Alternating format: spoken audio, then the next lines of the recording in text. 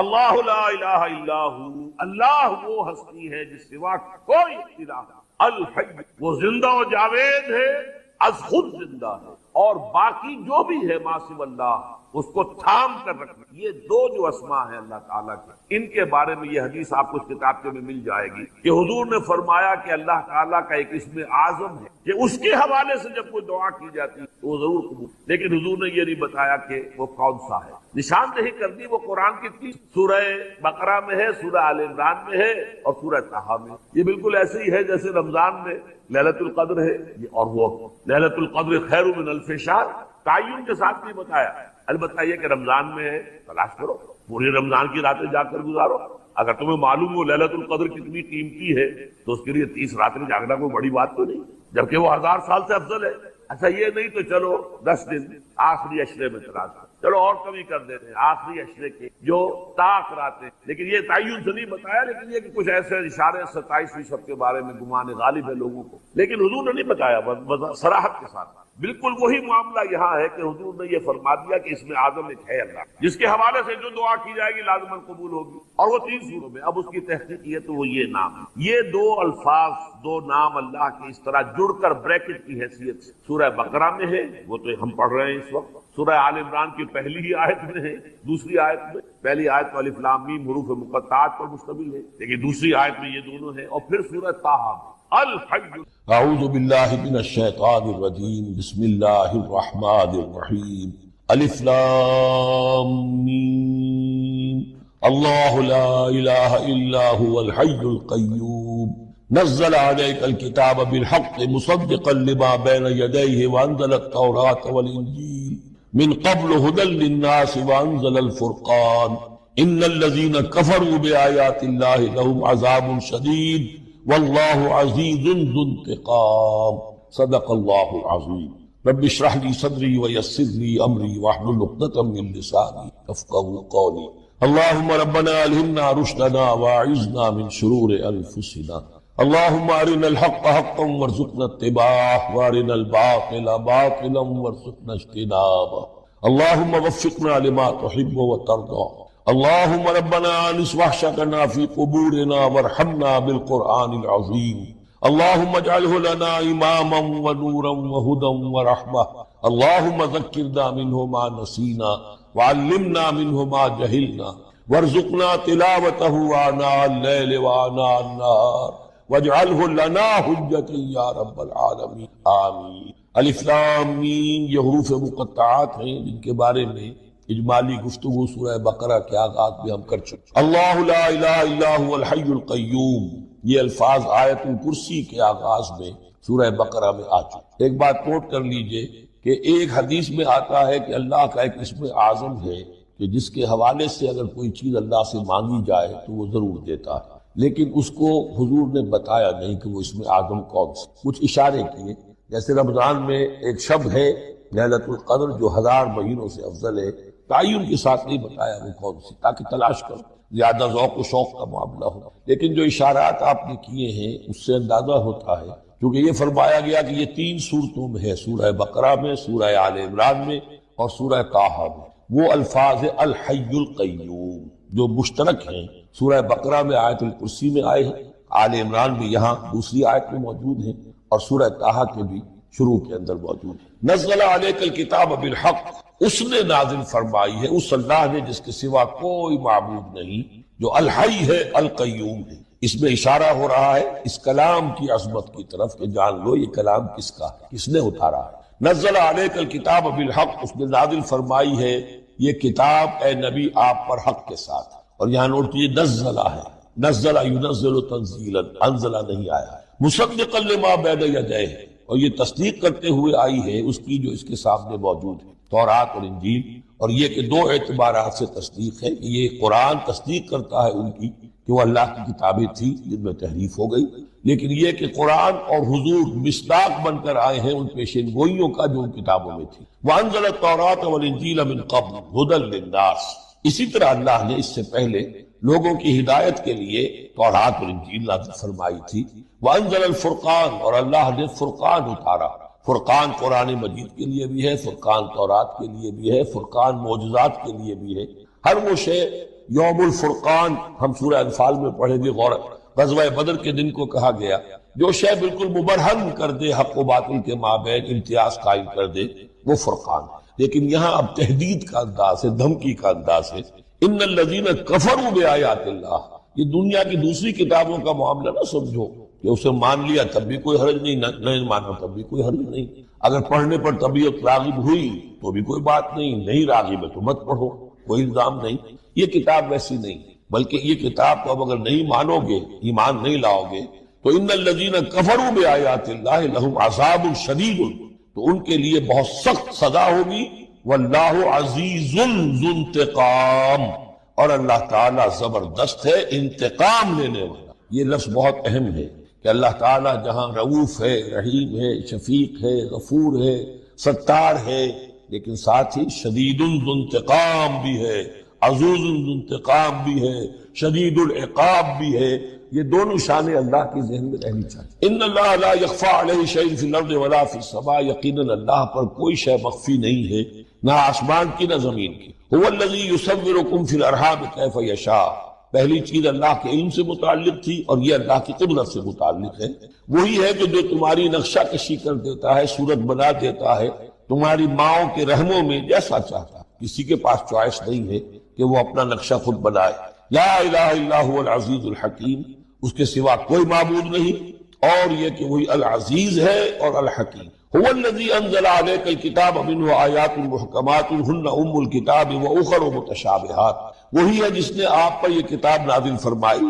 کسی جگہ انزلہ کا لفظ بھی آ جاتا ہے، اور یہ ہوتا ہے ردم کے اعتبار سے، کیونکہ قرآن مجید کی اپنی ایک ملکوتی غنا ہے، اس کی ایک موسیقی ہے، ڈیوائن میوزک ہے، تو اس میں جو ردم کے حوالے سے اگر ضرورت ہو تو یہ الفاظ ایک دوسرے کی جگہ آ جائیں گا۔ منہ آیات محکمات، اس میں کچھ آیات جو ہیں محکم، پختہ، حکم جیسا کہ میں نے بتایا، حکمت عقل کی پختگی، محکم آیت، پختہ آیت جس کا مفہوم بالکل واضح ہو، جس کو ادھر سے ادھر کرنے کی کوئی گنجائش ہے۔ ہن ام الکتاب، اس کتاب کی جڑ اور اساس اور بنیاد وہی ہے۔ وَأُخَرُ متشابہات، اور کچھ متشابہ ہیں کہ جن کا حقیقی اور صحیح مفہوم معین کرنا بہت مشکل ہے، بلکہ عام حالات میں ناممکن۔ یہ میں تفصیل سے تعارف قرآن کے ضمن میں عرض کر چکا ہوں۔ آیات الاحکام جتنی بھی ہیں وہ سب محکم ہیں، یہ کرو یہ نہ کرو، یہ حرام یہ حلال۔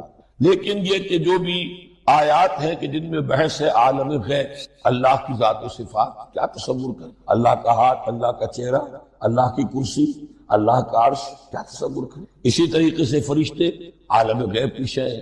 عالم برزخ قبر میں کیا ہوتا ہے، اسی طرح عالم آخرہ جنت اور دوزخ کی اصل حقیقتیں ہم نہیں سمجھ سکتے، اس میں ہمارے ذہن کے قریب لا کر کچھ باتیں بتا دی گئی ہیں۔ ما لا یدرک کلہ لا یترک کلہ، اجمالی تصور قائم ہو جانا چاہیے، اس کے بغیر تو راستہ سیدھا رہے گا نہیں آدمی کا، لیکن ان کی تفاصیل میں نہیں جانا چاہیے۔ تو دوسرے درجے میں نے آپ کو بتایا تھا کہ کچھ فزیکل فینومینا بھی، یہ بھی ایک وقت تک رہے ہیں آیات متشابہات میں سے، لیکن رفتہ رفتہ جیسے یہ سائنس کا علم بڑھتا چلا جا رہا ہے، ان میں سے بہت سی چیزیں اب محکم ہو کر سامنے آ رہی ہیں۔ یہ گویا کہ شفٹنگ سینڈز کے مانند ہے کہ ان میں سے جو چیزیں، بہت سی چیزیں واضح ہو گئیں جو پہلے واضح نہیں تھی، لیکن اب بھی بعض چیزیں ہیں، جیسے میں نے عرض کیا 7 آسمان سے کیا مراد ہے کہ جو واضح نہیں ہے، لیکن ہمارا یقین ہے کہ انشاءاللہ وہ وقت آئے گا کہ انسان سمجھ لے گا کہ ہاں یہی بات صحیح تھی اور یہی تعبیر صحیح۔ هو الذی انزل علیک الکتاب منہ آیات محکمات ہن ام الکتاب، یہ بہت اہم ہے،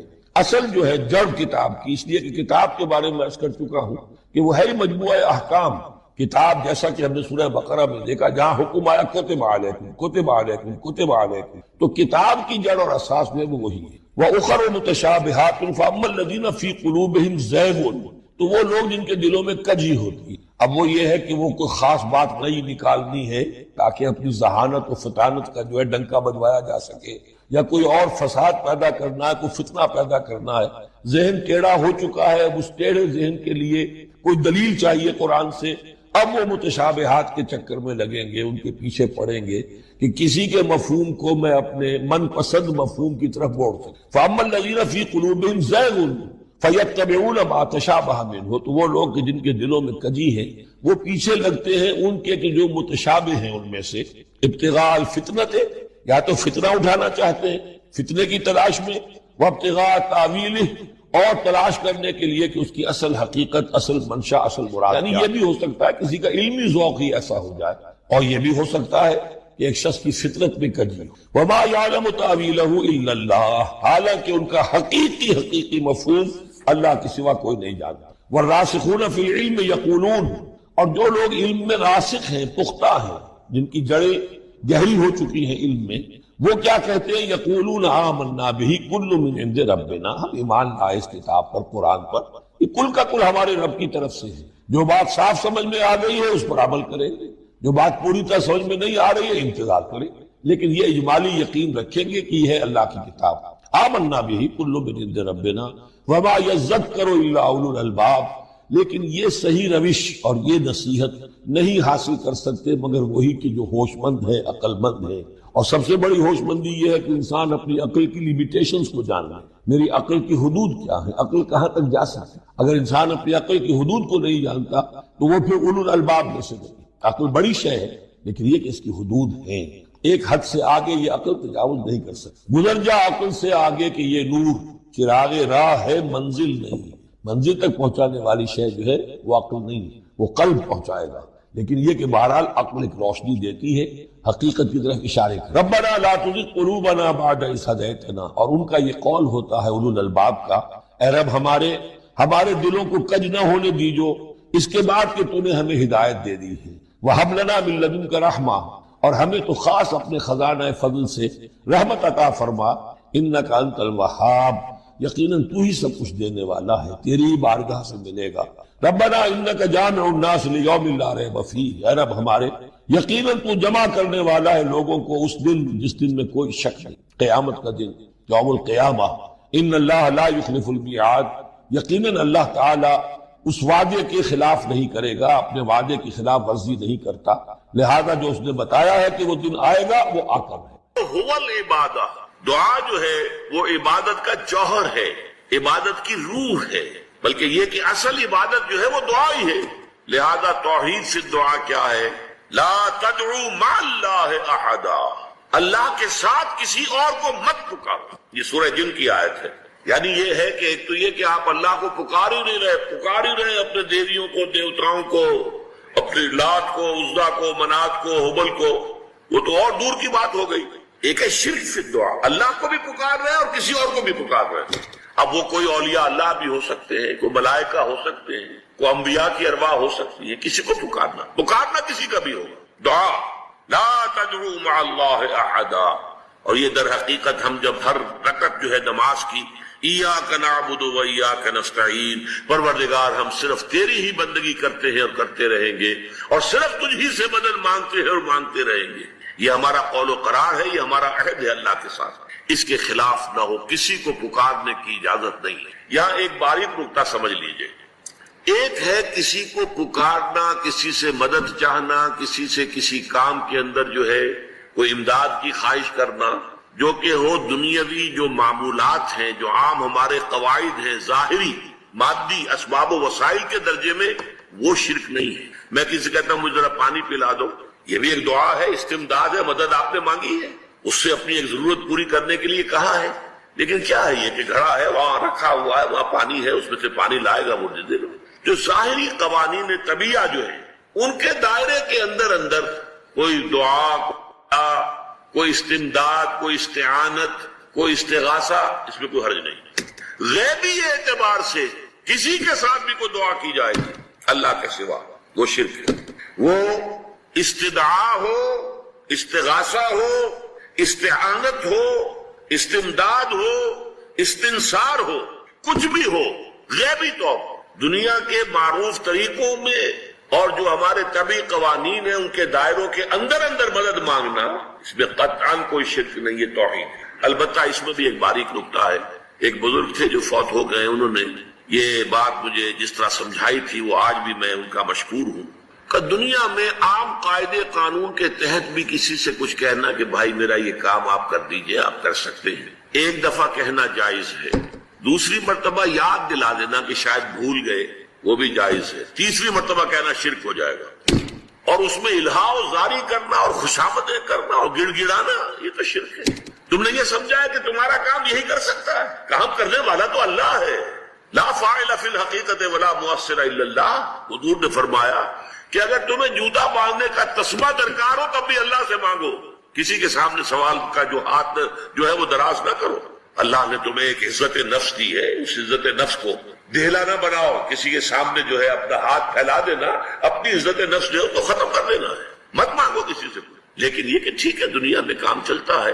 حضور کا شکی شان تو یہ تھی کہ اگر آپ سواری پر ہوتے تھے اور آپ کی چھڑی گر گئی تو سواری کو بٹھا کے اس سے اتر کر چھڑی خود اٹھاتے تھے، آپ کسی اپنے ساتھی سے یہ نہیں کہتے تھے کہ میری چھڑی پکڑا دو۔ آپ کی تو غیرت کا عالم جو ہے وہ بہت بلند تھا، بہت بلند تھا، بہت بلند تھا۔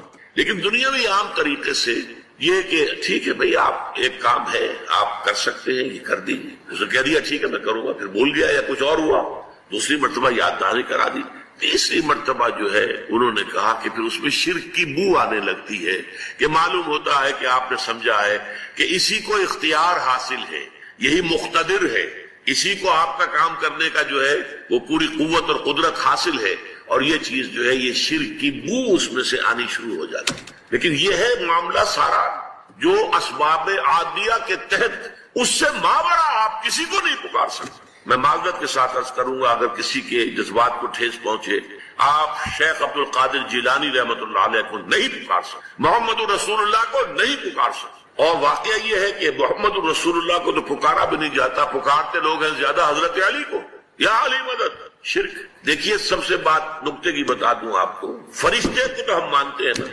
حضرت شیخ عبد القادر جیلانی رحمۃ اللہ علیہ کی روح ہے یا نہیں ہے، سنتی ہے نہیں ہے، حاضر ہے کہ نہیں ہے، ناظر ہے کہ نہیں ہے، 100 اختلاف ہو جائیں گے، اختلافات کی تو گنجائش ہے نا۔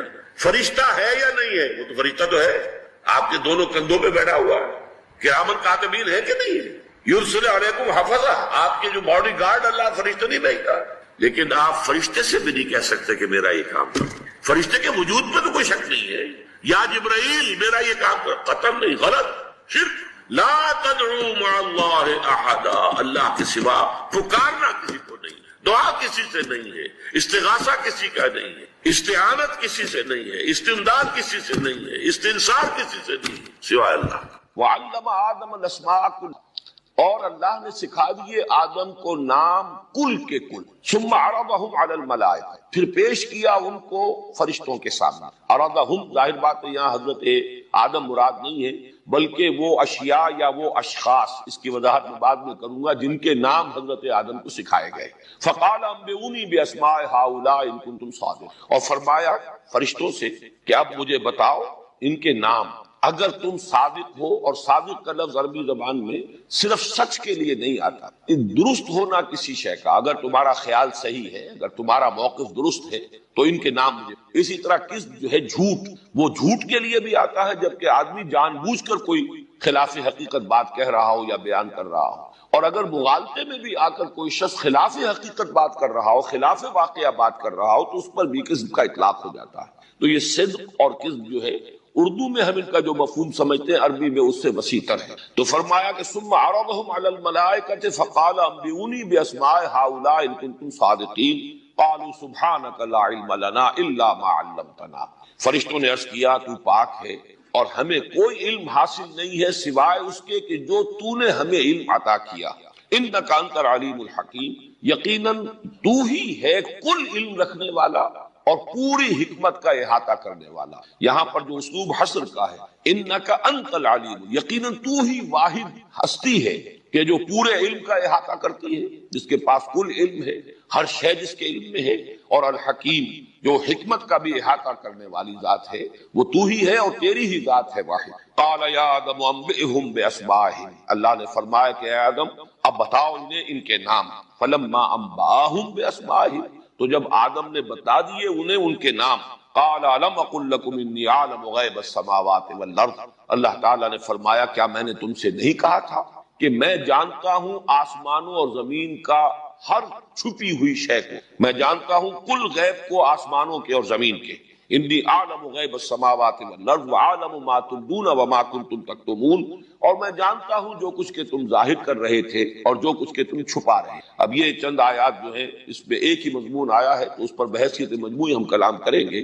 اس میں سب سے پہلا مسئلہ یہ ہے کہ یہ نام کن چیزوں، ایک تو سطحی سے سوالات آتے ہیں کہ اگر تو ہم یہ سمجھیں کہ یہ کوئی امتحان لیا گیا ہے فرشتوں کا، تو یہ اصل میں انداز وہ نہیں ہے، بلکہ یہ ہے کہ صرف فرشتوں کے سامنے ڈیمانسٹریشن کرنی ہے، ایک شے کی وضاحت پیش کرنی ہے کہ جس ہستی کو میں خلافت عطا فرما رہا ہوں وہ جہاں اس میں کوئی شر کا پہلو ہے وہاں خیر کا پہلو ہے، یا یہ کہ جہاں میں اس کو یہ اختیار دے رہا ہوں وہاں ساتھ ہی علم دے رہا ہوں، اور یہ علم جو ہے یہ یقیناً بیلنس کرے گا، اس کے اندر جو بھی امکان شر ہے اس کو بیلنس کرے گا اور خلافت کی بنیاد میں۔ اس میں اصل میں جو سوال پیدا ہوتا ہے وہ یہ ہے کہ یہ نام کس سے تھے؟ جیسا کہ میں عرض کر چکا ہوں شروع میں، مشکلات القرآن میں سے ہے یہ مقام، مشبل کے میرے نزدیک تو مشکل ترین مقامات میں سے ہے یہ چوتھا رکوع قرآن مجید کا سورہ بقرہ کا۔ یہاں پر دو رائے ہیں، اکثر و بیشتر ہمارے مفسرین، متقدمین اور متاخرین تقریباً اس پر ان کا اجماع ہے کہ یہ ہے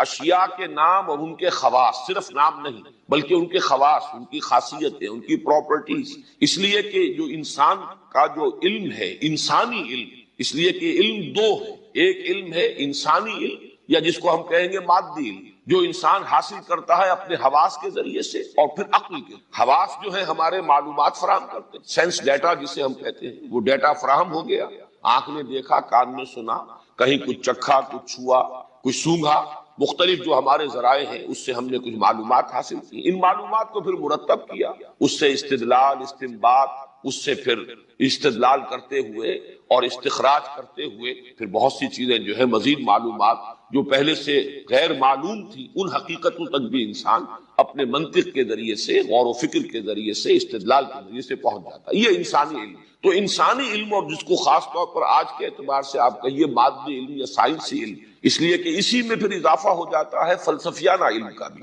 کہ انسان کو جو معلومات حاصل ہوتی ہیں اس پر وہ اپنی علم کی فیکلٹی جو ہے، دماغ کی ریزننگ کی فیکلٹی کو اپلائی کرتا ہے اور کائنات کے کچھ کلی حقائق کے بارے میں بھی رائے قائم کرتا ہے، اسی کو ہم فلسفہ کہتے ہیں۔ لیکن فلسفے کو ذرا ایک طرف رکھ دیجئے، اس وقت وہ جو بنیادی انسانی علم ہے، یعنی حواس کے ذریعے سے حاصل شدہ معلومات اور ان معلومات سے مزید استدلال اور استنباط کے ذریعے سے کچھ اور چیزوں کو معلوم کرتے ہوئے آگے بڑھنا قدم بقدم، یہ علم جو ہے ترقی کرتا چلا آ رہا ہے۔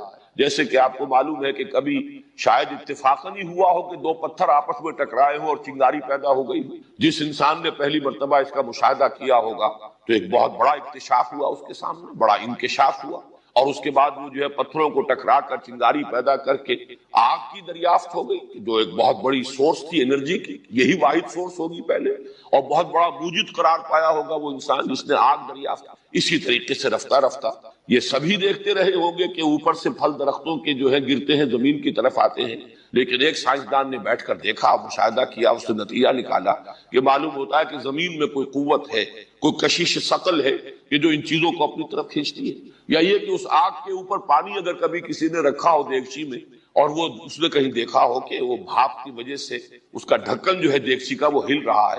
دیجئے نبی کہ میری جانب وحی کی گئی ہے کہ جنوں کی ایک جماعت نے سنا، کس کو سنا؟ قرآن کو سنا۔ فقالوا انا سمعنا قرآنا عجبا، انہوں نے کہا ہم نے سنا ہے ایک بہت ہی دل کو لبھانے والا قرآن، یہدی الی الرشد، جو نیکی اور رشد اور ہدایت کی طرف رہنمائی کر رہا ہے، فآمنا بہ، تو ہم تو ایمان لے آئے۔ اس وقت بھی میں نے کہا تھا یہ لمحہ فکریہ ہے، ایک دفعہ کیا اجتماع ہے قرآن کا اور وہ بندے کہاں سے کہاں پہنچے، داعی بن گئے۔ ہمارا کیا حال ہے؟ ہم نے اس معنی میں قرآن کبھی پڑھا ہی نہیں، سنا ہی نہیں۔ سنتے ہیں تو خیبر میل کی سپیڈ سے جو پڑھ رہا ہوتا قاری، 5 دن میں پورا قرآن، 6 دن میں پورا قرآن، اور اشتہار دیے جا رہے ہیں۔ یہ ہے ہمارا ریچول۔ یہاں تو 20 منٹ میں ہو جاتی ہے، یہاں 30 منٹ، یہاں چلو، وہاں اور سے بھی کم میں ہو جاتی ہے، وہاں چلو۔ قرآن کا نتیجہ تو یہ نکلنا چاہیے وہ آپ کو پوزیس کر لے، جانے نہ دے۔ انا سمعنا قرآنا عجبا یہدی الی الرشد فآمنا بہ ولن نشرک بربنا احدا، اب ہم کبھی بھی اپنے رب کے ساتھ کسی کو شریک نہیں ٹھہرائیں گے۔ وانہ تعالی جد ربنا، اور یقیناً ہمارے رب کی عزت شان بہت بلند ہے۔ متخذ صاحبۃ ولا ولدا، اس نے نہیں اختیار کی نہ کوئی بیوی اور جورو نہ کوئی اولاد۔ وانہ کان یقول سفیہنا علی اللہ شططا، اور یقیناً ہمارا جو بے وقوف ہے بڑا، مراد یہاں پہ ہے وہی عزازیل، ابلیس، لعین، وہ چونکہ ہمارا ذرا بڑا بڑگر ہے تو وہ جو کچھ کہتا رہا ہے، وَأَنَّا ظَنَنَّا أَن لَّن تَقُولَ الْإِنسُ وَالْجِنُّ عَلَى اللَّهِ كَذِبًا، ہم تو اس گمان میں رہے، خوش گمانی میں، کہ جن اور انسان اللہ تعالیٰ کے اوپر جھوٹ نہیں باندھیں گے، لیکن وہ بدبخت تو جھوٹ باندھتا رہا۔ ہم نے اپنی شرافت میں اس کی بات کو مان لیا. وَأَنَّهُ كَانَ رِجَالٌ مِّنَ الْإِنسِ يَعُوذُونَ بِرِجَالٍ مِّنَ الْجِنِّ فَزَادُوهُمْ رَهَقًا. اور یہ کہ جو انسانوں میں سے مرد ہیں وہ جنات کے مردوں میں کی حفاظت پکڑتے ہیں. یہ ہوتا تھا ان کا طریقہ. وہ سمجھتے تھے کہ بیابان میں جو ہے جنات رہتے ہیں اور وہ ان کے جو ہیں سردار بھی ہیں. تو اب راستے نے پڑاؤ ڈالا ہے جنگل میں، تو سب سے پہلے کہتے تھے کہ ہم اس جنگل کے، اس بیابان کے جنات کی ہم پناہ میں آتے ہیں. اب وہ سنتے ہوں گے یہ بے وقوف، یہ آدم کی اولاد، ہمارے تو جد امجد کو نکال دیا گیا جنت سے اس لیے کہ اس کو سجدہ نہیں کیا، یہ ہمیں معبود بنائے بیٹھے ہیں، ہماری پناہ طلب کر رہے ہیں. لہذا ان میں اور سرکشی پیدا ہو گئی اور اکڑ گئے کہ یہ انسان ہو کر یہ ہماری پناہ مانگ رہے ہیں، ہم سے طلب کر رہے ہیں پناہ. تو اس سے ان کے اندر اور زیادہ سرکشی پیدا ہو گئی. وَأَنَّهُ كَانَ رِجَالٌ مِّنَ الْإِنسِ يَعُوذُونَ بِرِجَالٍ مِّنَ الْجِنِّ فَزَادُوهُمْ رَهَقًا وَأَنَّهُمْ ظَنُّوا كَمَا ظَنَنتُمْ أَن لَّن يَبْعَثَ اللَّهُ أَحَدًا. دیکھو انہوں نے بھی ایسا ہی سمجھا جیسا کہ تم نے سمجھا ہوا ہے کہ اللہ کسی کو نہیں اٹھائے گا. اس کے دو معنی ہیں، یعنی بعد سے بعد الموت کوئی نہیں ہے، مرنے کے بعد جی اٹھنا نہیں ہے، اور یہ بھی کہ شاید اب اللہ کسی اور کو رسول بنا کر نہ بھیجے. أن يبعث الله أحدا. اس لیے کہ 600 برس بیت چکے تھے. وہ تورات سے واقف تھے جو سورہ احقاف میں تذکرہ آیا ہے. فترت وہی 600 برس، اور یہ طویل ترین وقفہ تھا نبوت کا کہ کوئی نبوت کوئی رسالت دنیا میں نہیں. تو ان کو یقیناً اس سے خیال ہوا ہوگا کہ بس اب ختم ہوا معاملہ، اب کوئی اور رسول نہیں آئے گا. وَأَنَّا لَمَسْنَا السَّمَاءَ. اور ہم نے ذرا ٹٹولا آسمان کو ہم نے چاہا کچھ خبریں لے کر آئیں ذرا غیب کی. فَوَجَدْنَاهَا مُلِئَتْ حَرَسًا شَدِيدًا وَشُوبًا. تو ہم نے تو پایا اس کو کہ وہ بھرا ہوا ہے سخت چوکیداری سے، اور انگارے رکھے ہوئے ہماری وہ ہمیں کھدیڑنے کے لیے. یعنی یہ کہ ہمیں معلوم ہو گیا کہ کوئی واقعی وقت ایسا ہے، کیونکہ یہ سارا انتظام خاص طور پر جبکہ وہی یہ نبوت آتی تھی تو اہتمام کر لیا جاتا. عام حالات میں کوئی بات نہیں، روح اتر رہے ہیں فرشتے، اور یہ جو ہیں یہ آگ سے بنے ہیں، وہ نوری ہیں یہ ناری ہیں، کچھ نہ کچھ ان سے یارانہ گانٹ کے کچھ نہ کچھ ان سے لے لیتے تھے. یا یہ کہ اچک لیا، من استرق سرقۃ، کسی نے کوئی چیز جو ہے کہیں سے لے لی. لیکن اب جو ہم نے دیکھا ہے آسمان کو تو واقعی وہاں تو بڑے سخت پہرے لگے ہوئے، یعنی کوئی نہ کوئی وحی کا سلسلہ ہے اور نبوت آنی ہے. اور وہ نبوت ہمیں تو مل گئی، ہم جا کر سنا کلام اور ہم ایمان لے آئے. وَأَنَّا لَمَسْنَا السَّمَاءَ فَوَجَدْنَاهَا مُلِئَتْ حَرَسًا شَدِيدًا وَشُهُبًا وَأَنَّا كُنَّا نَقْعُدُ مِنْهَا مَقَاعِدَ لِلسَّمْعِ. اور ہم وہاں بیٹھا کرتے تھے، وہاں پہ گھاٹ میں بیٹھا کرتے تھے کچھ سنبل لینے کے لیے. مقعد بیٹھنے کی جگہ، مورچہ جہاں پہ بیٹھا جائے، ہم وہاں پر اپنے ٹھکانوں میں بیٹھا کرتے تھے. فَمَن يَسْتَمِعِ الْآنَ. لیکن اب اگر کسی نے کچھ سننے کی کوشش کی، يَجِدْ لَهُ شِهَابًا رَصَدًا، وہ پائے گا اپنے واسطے ایک انگارہ دھات میں، میزائل پیچھا کرے گا. وَأَنَّا لَا نَدْرِي أَشَرٌّ أُرِيدَ بِمَنْ فِي الْأَرْضِ أَمْ أَرَادَ بِهِمْ رَبُّهُمْ رَشَدًا. معلوم ہوتا بہت بڑے عالم تھے یہ تورات کے جاننے والے. انہوں نے ایک ایسی عظیم بات کہی ہے، ہمیں یہ معلوم نہیں کہ آیا زمین میں بسنے والے ان انسانوں کی کوئی شامت آ گئی ہے یا اللہ نے ان کے لیے کسی بھلائی کا ارادہ کیا. رسالت آئے گی تو دو ہی نتیجے، یا تو کوئی عذاب آنے والا ہے، اس لیے کہ وما كنا معذبین حتی نبعث رسولا، یا تو کوئی بہت بڑے پیمانے پر انسانوں کی شامت آنے والی ہے، جیسے قوم نوح، قوم ہود، قوم صالح کا حشر ہوا تھا، وہ ویسا ہی حشر ہونے والا ہے. اللہ لا نظری، ہم نہیں جانتے. اشر ارید بمن فی الارض، زمین والوں کے لیے کسی شر کا فیصلہ کیا گیا ہے، ام اراد بہم ربہم رشدا، یا ان کے لیے ان کے رب نے بھلائی کا، خیر کا ارادہ کیا. ظاہر بات ہے نبوت اور رسالت محمدی خیر پر منتج ہوئی. وَأَنَّا مِنَّا الصَّالِحُونَ وَمِنَّا دُونَ ذَلِكَ. اور دیکھو ہمارے اندر نیک بھی ہیں، جنات نیک بھی رہے ہیں، اور دوسری طرح کے بھی ہیں. بد نہیں کہا، یہ ہے حکمت تبلیغ، بروں کو بھی برا نہ کہو. ہاں دوسری قسم کے بھی ہیں، نیک بھی ہے اور دوسری قسم کے بھی ہیں. کُنَّا طَرَائِقَ قِدَدًا، ہم تھے مختلف راستوں پر جو کہ ایک دوسرے سے پھٹے ہوئے تھے. یہ قددا جو آیا تھا نا، قدت قمیصہ، پھٹ جانا قمیص کا. وَأَنَّا ظَنَنَّا أَن لَّن نُّعْجِزَ اللَّهَ فِي الْأَرْضِ وَلَن نُّعْجِزَهُ هَرَبًا. اور ہم نے یہ جان لیا کہ ہم اللہ کو عاجز نہیں کر سکتے، ہرا نہیں سکتے، نہ زمین میں بھاگ کر، اور ہم کہیں بھاگ کر اور زمین میں اللہ کو شکست نہیں دے سکتے، اس کی پکڑ سے نکل نہیں سکتے. وَأَنَّا لَمَّا سَمِعْنَا الْهُدَىٰ آمَنَّا بِهِ. اور ہم نے تو جب وہ ہدایت سنی، الہدا سنا، اس کی استماع ہم نے کیا، ہم تو اس پر ایمان لے آئے. فَمَن يُؤْمِن بِرَبِّهِ فَلَا يَخَافُ بَخْسًا وَلَا رَهَقًا. تو جو کوئی بھی زبردستی ہوگی، کچھ زیادتی ہوگی، جیسے جیسے ان کے اعمال صالحہ ہیں پورے اللہ تعالیٰ ان کا اجر ان کو دے دے گا.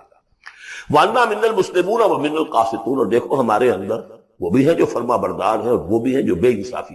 یہ قسط کے لفظ کے ساتھ سمجھ لیجئے، جب یہ ثلاثی مجرد میں آتا ہے تو قاسط اس میں فاعل بنا، وہ ناانصاف کے معنی میں. یہ باب افعال کے خواص میں سے ہے، سلب ماخذ جس کو کہتے ہیں۔ جب باب افعال میں آئے گا تو اس کے معنی ہے عدل و انصاف، اور جب ثلاثی مجرد میں آئے گا تو نا انصافی۔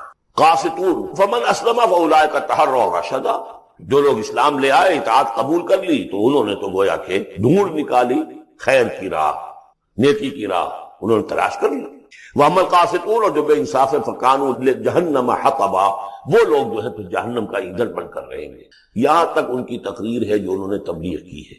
اب جو بات آگے آ رہی ہے یہ خود اللہ کی طرف سے کلام ہے، أَن لَوِ اسْتَقَامُوا عَلَى الطَّرِيقَةِ لَأَسْقَيْنَاهُم مَّاءً غَدَقًا، اور یہ کہ یہ اگر لوگ اپنے اس طریقے پر جو طریقہ انبیاء کا تھا، جو آدم نے دیا تھا، جو نوح نے دیا تھا، یہ چلتے رہتے تو ہم انہیں خوب پلاتے، پانی بھر بھر کر خوب سیراب کرتے ان کو۔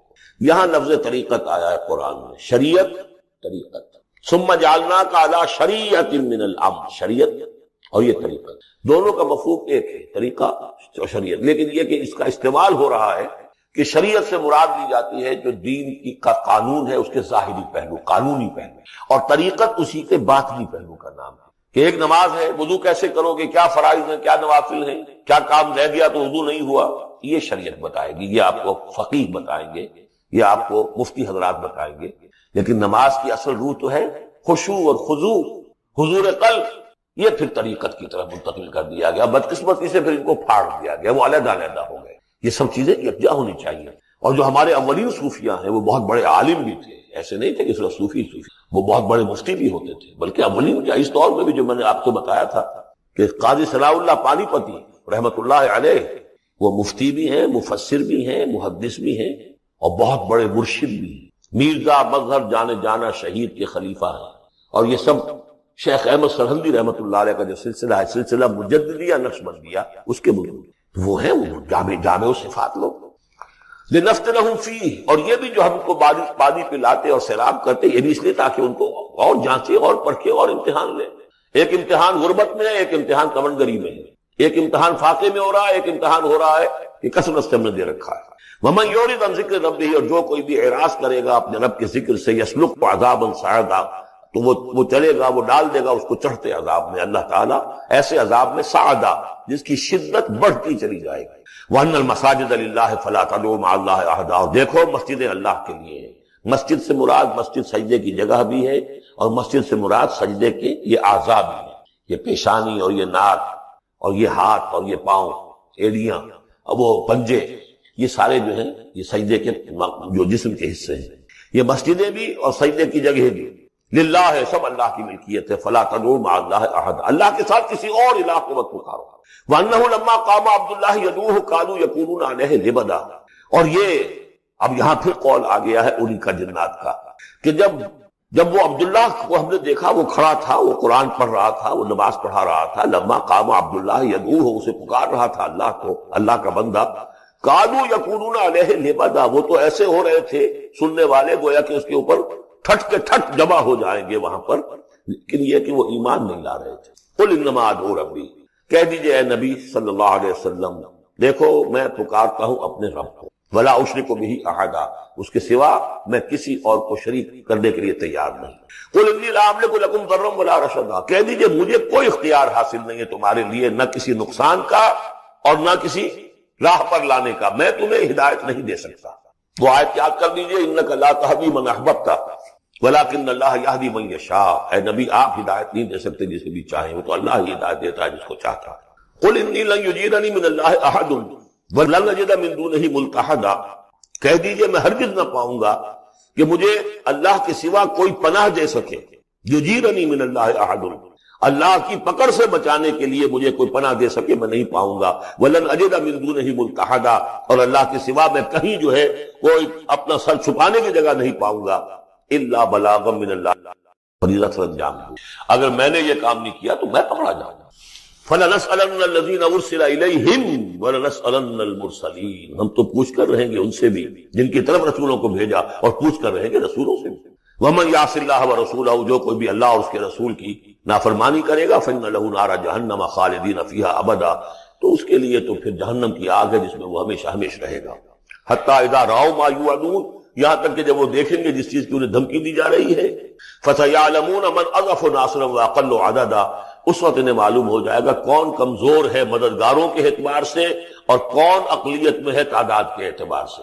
وہ تانے دیتے تھے نا کہ دیکھو محمد تمہارے پاس تو بیٹھے بھی ہوتے ہیں تو ہمارے کمی کاری بڑے لوور طبقات کے لوگ، اور وہ بھی چند ہوتے ہیں، دیکھو جا کے ابو جہل کی محفل بھری ہوئی ہے، بڑے بڑے لوگ بیٹھے ہوئے وہاں پر۔ اس وقت معلوم ہو جائے گا من اضعف ناصرا واقل عددا۔ یہ سورہ مریم میں بہت تفصیل سے یہ مضمون آیا ہے۔ قل ان ادری اقریب ما توعدون ام یجعل له ربی امدا، کہہ دیجئے نبی مجھے یہ معلوم نہیں ہے آیا جس چیز کا تم سے وعدہ کیا جا رہا ہے، جس چیز کی دھمکی دی جا رہی ہے، وعدہ اور وعید بنیاد ایک ہی اصل میں، اصل الفاظ ایک ہی، وعید دھمکی، وعدہ، لیکن حروف اصلی وہی ہے۔ آیا وہ قریب آ چکی ہے اسے، یا ام یجعل له ربی امدا، یا یہ کہ میرا رب اس کے لیے ابھی کچھ مہلت دے، کوئی تمہاری رسی دراز کریے، میں نہیں جانتا۔ یہ سورہ انبیاء کے آخر میں بھی آیا تھا، قل ادری اقریب ام بعید ما توعدون، کہہ دیجئے نبی میں نہیں جانتا کہ جس چیز کا تم سے وعدہ کیا جا رہا ہے وہ قریب آ چکی ہے یا بھی دور ہے۔ عالم الغیب، وہی ہے غیب کا جاننے والا، فلا یظہر علی غیبہ احدا، وہ اپنے غیب پر کسی کو مطلع نہیں کرتا، الا من ارتضی بالرسول، سوائے جس کو وہ چاہے اپنے رسولوں میں۔ یہ بہت اہم قانون ہے قرآن کا، اور اس میں سارا مسئلہ علم غیب کا حل ہوتا ہے۔ ایک بات تو یہ کہ ہمارے جو بھی بریلوی بھائی ہیں وہ بھی مانتے ہیں، 4 باتیں وہ مانتے ہیں، 3۔ میں نے ایک مرتبہ تحقیق کی تھی بڑی مفصل، جا کر بعد لوگوں سے ملاقات کی، ابھی میں طالب علم تھا، کل دیکھیے ہم ثابت مانتے ہیں اس بات کو۔ نبی کا علم ذاتی نہیں عطائی ہے، اللہ نے جو دیا وہی ہے۔ نبی کا علم قدیم نہیں حادث ہے، پہلے نہیں تھا پھر ہو گیا، اللہ نے دے دیا تو ہو گیا۔ اور نبی کا علم غیر محدود نہیں محدود۔ میں نے کہا یہ 3 باتیں جو شخص مان لے میرا اس سے اب کوئی جھگڑا نہیں رہا۔ لیکن ہمارے ہاں کچھ لوگوں نے ایک ڈیفینیشن کر لی علم غیب کی، علم غیب وہ ہے جو بغیر کسی کے بتائے خود حاصل ہو جائے۔ اس اعتبار سے تو میرے پاس بھی علم غیب ہے، یعنی کسی کے پاس کوئی علم ہے ہی نہیں۔ ہمیں دیا اساتذہ نے دیا، حضور کو دیا اللہ نے دیا، جبریل کو دیا اللہ نے دیا، اس معنی میں تو ذاتی علم تو کوئی بھی نہیں مانتا کسی کا، علم تو دینے سے ہوتا ہے۔ البتہ علم غیب کسے کہتے ہیں؟ وہ چیزیں جو ہماری نگاہوں سے چھپا دی گئی ہیں، وہ عالم غیب ہے، جنت ہے، دوزخ ہے، فرشتے ہیں، یہ سب کیا ہے؟ عالم غیب۔ تو نبیوں کو تو کچھ نہ کچھ حصہ اس کا دکھایا جاتا ہے تو نبی بنتے ہیں نا، ورنہ میرے اور نبی میں فرق کیا ہوا؟ اگر میرا بھی علم وہی ہوتا ان السمع والبصر والفؤاد، تو میرے علم اور حضور کا بھی علم یہی ہوتا تو فرق کیا ہوا؟ حضور نے تو اس دوسرے علم کے اعتبار سے تو صاف کہہ دیا انتم عالم بامور دنیاکم، لیکن حضور کو معراج میں جنت دکھا دی، دوزخ دکھا دی۔ زمین پر رہتے ہوئے آپ نماز پڑھا رہے تھے، غالباً وہ جو کہ نماز پڑھائی جاتی ہے جبکہ بارش نہیں ہوتی، استسقاء کی نماز، اسی کے دوران اچانک ایک دفعہ آپ آگے بڑھے، لوگ حیران ہوئے کیا ہوا ہے، ایک دفعہ پیچھے ہٹے، لوگوں نے پوچھا بعد میں کہ حضور یہ نماز کا حصہ تھا، یعنی ہم بھی فریضہ ادا کیا کریں اس نماز کے اندر؟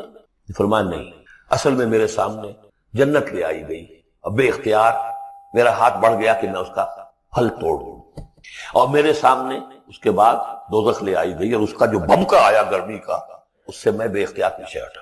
دنیا میں سیر کرا رہے ہیں، بہرحال یہ غیب ہی میں سے ہے۔ البتہ کل غیب، یہ جو مانے اللہ نبی کے لیے وہ کافر ہے، اور وہ مانتے ہیں، بریلوی بھی مانتے ہیں، کل غیب کا کچھ سوال نہیں۔ نبی کا علم محدود ہے، نبی کا علم حادث ہے، نبی کا علم عطائی ہے۔ 3 باتیں مان لیجئے، باقی نبی کا علم کتنا تھا کتنا نہیں تھا یہ میں کون ہوں ناپنے والا، اور آپ کون ہیں ناپنے والے؟ دیا اللہ نے جو دیا، بتایا جو بتایا، اللہ خیر سے۔ تو یہ عالم الغیب وہ ہے غیب کا جاننے والا، فلا یظہر علی غیبہ احدا، تو وہ نہیں مطلع کرتا اپنے غیب پر کسی کو، ہاں الا من ارتضی بالرسول، سوائے اپنے رسولوں کے۔ کذالک نوری ابراہیم ملکوت السماوات والارض، یہ ہم نہیں پڑھ چکے؟ ابراہیم کو بھی ملکوت دکھائے، حضور کو من بین یدیہ ومن خلفہ رصدا، جس کو رسول بناتا ہے، غیب کی خبریں دیتا ہے، پھر اس کے آگے اور پیچھے وہ اپنے باڈی گارڈ رکھتا ہے، چوکیدار رکھتا ہے۔ یسلک من بین یدیہ، اس کے سامنے بھی، ومن خلفہ، پیچھے سے بھی چوکیدار، حفاظت کرنے والے۔ لیعلم ان قد ابلغوا رسالات ربہم، تاکہ یہ بات بالکل واضح ہو جائے کہ انہوں نے واقعتاً اپنے رب کے پیغامات پہنچانے کا حق ادا کر، جیسا کہ حضور نے پوچھ کر جواب لیا تھا، انا نشهد انك قد بلغت الرسالة واديت الامانة وكشفت الغمة ونصحت الامة، ہم گواہ ہیں۔ واحاط بما لديهم، اور اللہ تعالیٰ جو کچھ ان کے پاس ہے سامنے سب کا احاطہ کیے ہوئے ہیں۔ واحصى كل شيء عددا، اور ہر شے کی اس کی جو انوینٹری ہے وہ بڑی مکمل ہے، کوئی چیز وہاں سے غائب ہونے والی نہیں ہے، ہر ایک کا عدد کے ساتھ حساب کتاب کا اس نے رکھا ہوا ہے۔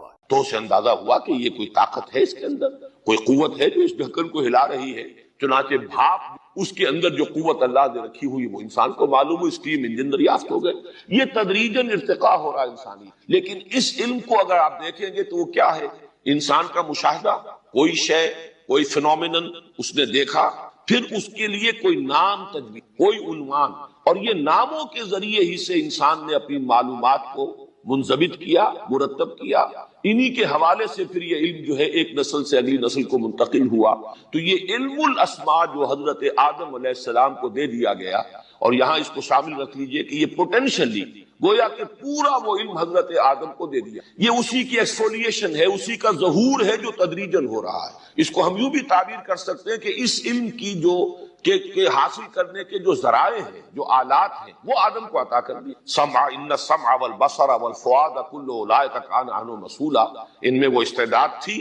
تو گویا کہ ان کے ذریعے سے جو کل علم انسان کو حاصل ہونے والا ہے، گویا کہ وہ پورا علم حضرت آدم علیہ السلام کو دے دیا گیا. یہ مختلف تعبیرات جو ہیں اس کی ہوں گی. حقیقت یہ ہے کہ اکثر و بیشتر لوگوں نے علم الاسماء سے مراد یہی لیا ہے اشیاء کا علم، یعنی یہ جو سائنٹیفک علم ہے، مختلف اشیاء، مختلف چیزیں، ان کے خواص، ان کی properties, physical phenomena, physical forces, ان کے لیے پھر عنوانات طے کرنا، اس کے لیے ٹرمز ایجاد کرنا، اس کے حوالے سے علم کو آگے بڑھانا، یہ مراد دیا ہے اکثر و بیشتر علماء نے. اس میں ایک ذرا ہٹ کر بات کہی ہے مولانا امین احسن اصلاحی صاحب نے. دلیل ان کی یہ ہے کہ یہاں جو ضمیریں آ رہی ہیں وہ ذوی العقول کے لیے استعمال ہونے والی ضمیر. چنانچہ ثم عرضہم، پھر پیش کیا ان کو ملائکہ کے سامنے. اب یہ ہم کی ضمیر جو ہے ذوی العقول کے لیے. اسی طریقے سے انبئونی باسماء ہؤلاء، ان لوگوں کے نام بتاؤ. اس سے انہوں نے ایک نتیجہ برآمد کیا ہے کہ اصل میں حضرت آدم علیہ السلام کی وہ ذریت جس کا تذکرہ ہو چکا ہے، ارواح کی شکل میں ان سب کی تخلیق ہو چکی. تو حضرت آدم علیہ السلام کی ذریت کے اندر جو عظیم شخصیتیں پیدا ہونے والی تھیں، جن میں عظیم ترین شخصیت حضرت محمد